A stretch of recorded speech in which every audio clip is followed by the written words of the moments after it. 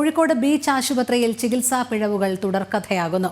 ഹൃദയാഘാതത്തെ തുടർന്ന് അത്തോളി സ്വദേശി രാജൻ മരിച്ചത് കാത്ത് ലാബ് പ്രവർത്തനക്ഷമമല്ലാത്തതുകൊണ്ടാണെന്നാണ് ആരോപണം. ആശുപത്രിയുടെ ദയനീയാവസ്ഥ കണ്ടില്ലെന്ന് നടിക്കുകയാണ് ആരോഗ്യവകുപ്പ്.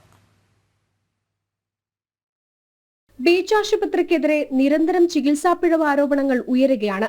കഴിഞ്ഞ മാസമാണ് തോളലിനിട്ട കമ്പിയൂരാനായി ആശുപത്രിയിലെത്തിയ ബേപ്പൂർ സ്വദേശി റാണിബായിയുടെ കൈ വീണ്ടും ഒടിഞ്ഞതായി പരാതി ഉയർന്നത്.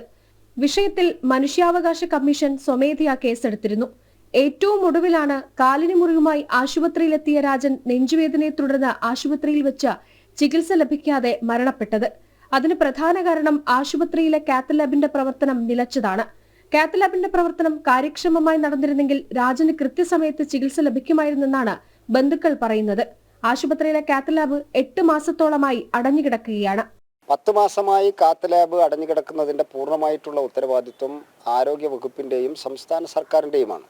അതുകൊണ്ട് ഇന്നലെ സംഭവിച്ചതുപോലുള്ള കാര്യങ്ങൾ, രാജൻ ഹോസ്പിറ്റലിൽ വരുന്നത് കാലിന് പരിക്ക് പറ്റിയിട്ടാണ്. പുലർച്ചെ 4 മണിയോടുകൂടി അദ്ദേഹത്തിന് നെഞ്ചുവേദന അനുഭവപ്പെടുന്നു എന്നാണ് പറയുന്നത്. പിന്നീട് മരണപ്പെടുന്നു. അപ്പം ഇത്തരം കാര്യങ്ങൾ സംഭവിക്കുന്നത് ആശുപത്രിയിൽ അത്യാവശ്യമായിട്ടുള്ള സൗകര്യങ്ങൾ ഒരുക്കാത്തതിൻ്റെ ഫലമായിട്ടാണ്. അതുകൊണ്ട് തീർച്ചയായിട്ടും സർക്കാർ അടിയന്തരമായിട്ടുള്ള ഇടപെടലുകൾ നടത്തണം.